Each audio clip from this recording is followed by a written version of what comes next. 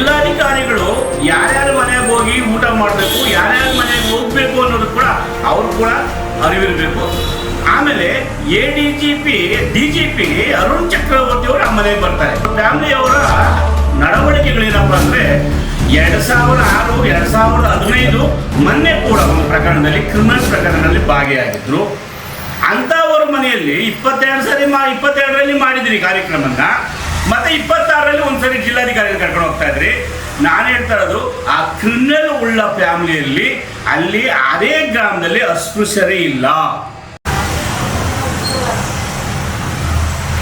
ಜೈ ಭೀಮ್ ಬಂಧುಗಳೇ, ಏನಿವತ್ತು ಅರಿವು ಭಾರತ ಅಂತ ಸಂಘಟನೆ ಮಾಡಿ ಇವತ್ತು ಡಿಗ್ರಿ ಕಾಲೇಜ್ ಲೆಕ್ಚರರ್ ಆದಂಥ ಹರೀಶ್ ಶಿವಪ್ಪನವರು ಒಳ್ಳೆ ಕಾರ್ಯಕ್ರಮ ಮಾಡ್ತಾವ್ರೆ, ಒಳ್ಳೆ ಸಂದೇಶ ಕೂಡ, ಅದನ್ನ ಎರಡು ಮಾತಿಲ್ಲ.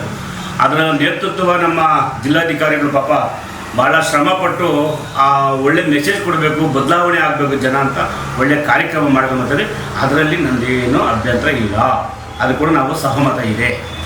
ಆದರೆ ಇವತ್ತು ನಾಳೆ ಭಾನುವಾರ ಸುತ್ತೂರು ಹೋಬಳಿ ಹೊಸಮಟ್ನಹಳ್ಳಿ ಗ್ರಾಮದಲ್ಲಿ ಜಿಲ್ಲಾಧಿಕಾರಿಗಳು ಮತ್ತು DGP ಅರುಣ್ ಚಕ್ರವರ್ತಿ ಅವರ ನೇತೃತ್ವದಲ್ಲಿ ಸಹಭೋಜನ ಕಾರ್ಯಕ್ರಮ ಅಂತ ಮಾಡ್ತಾ ಇದ್ದಾರೆ. ಹೊಸಮಟ್ನಹಳ್ಳಿ ಶ್ರೀನಿವಾಸ ಗೌಡರು, ನಾರಾಯಣ ಗೌಡರು, ನಳಿನಿಗೌಡರು ಇವರೆಲ್ಲ ಇರೋಂಥ ಫ್ಯಾಮಿಲಿಯವರ ಮನೆಯಲ್ಲಿ ಆ ಕಾರ್ಯಕ್ರಮ ನಿಯೋಜನೆ ಮಾಡಿದ್ದಾರೆ.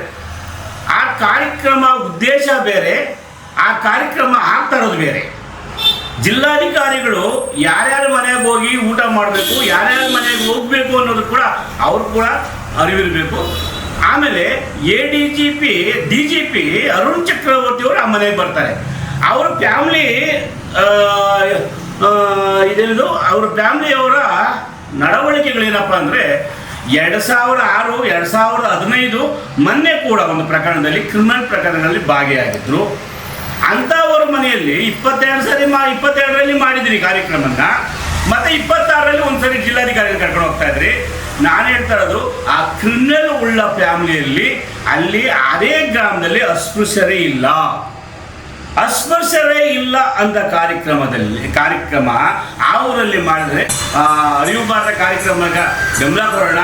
ಆದರೆ ಆ ಕಾರ್ಯಕ್ರಮ ಇವ್ರ ಮನೆಗೆ ಶ್ರೀನಿವಾಸ ಗೌಡರು ಮತ್ತು ನಾರಾಯಣ ಗೌಡವ್ರ ಮನೆಯಲ್ಲಿ IAS IPS ಮತ್ತು KAS ಇವರೇ ಹೋಗ್ಬೇಕು, ಲೋಕಲ್ ಸರ್ಕಲ್ ಇನ್ಸ್ಪೆಕ್ಟರ್ ಹೋಗ್ಬೇಕು ಇವ್ರ ಮನೆಗೆ. ಯಾಕಂದರೆ ನಾಳೆ ಹೊತ್ತಿನ ದಬ್ಬಾಳಿಕೆ ಮಾಡಿದಾಗ ಅವ್ರ ಕಡೆ ಒಲವು ತೋರಿಸ್ಬೇಕಲ್ಲ ಇವರೆಲ್ಲನೂ. ರೈತರ ಹೆಸರು ಹೇಳ್ಕೊಂಡು ರೈತರಿಗೆ ವಂಚನೆ ಮಾಡೋ ಪ್ರಕರಣ 15ರಲ್ಲಿ ಆಗಿರೋದು ಅವ್ರ ಮೇಲೆ. ರೈತರಿಗೆ ಅನುಕೂಲ ಮಾಡ್ತೀವಿ, ಟ್ಯಾಕ್ಟರ್ ಕೊಡಿಸ್ತೀವಿ ಅಂತ ಹೇಳ್ಬಿಟ್ಟು ಚೀಟಿಂಗ್ ಮಾಡಿ ಫೋಟೋ ಕೇಸ್ ಹಾಕಿರ್ತೀವಿ ಅಂತ ಅವ್ರ ಮೇಲೆ.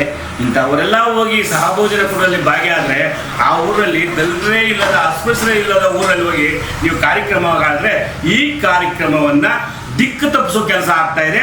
ಇದು ದಿಕ್ಕು ತಪ್ಪಿಸೋ ಕೆಲಸ ನಮ್ಮ ಜಿಲ್ಲಾಧಿಕಾರಿ ನೇತೃತ್ವದಲ್ಲಿ ಆಗೋದು ಬೇಡ. ಇಂಥ ಪ್ರಕರಣಗಳು ಬೇರೆ ಕಡೆ ಮಾಡೋದು ಬೇಡ.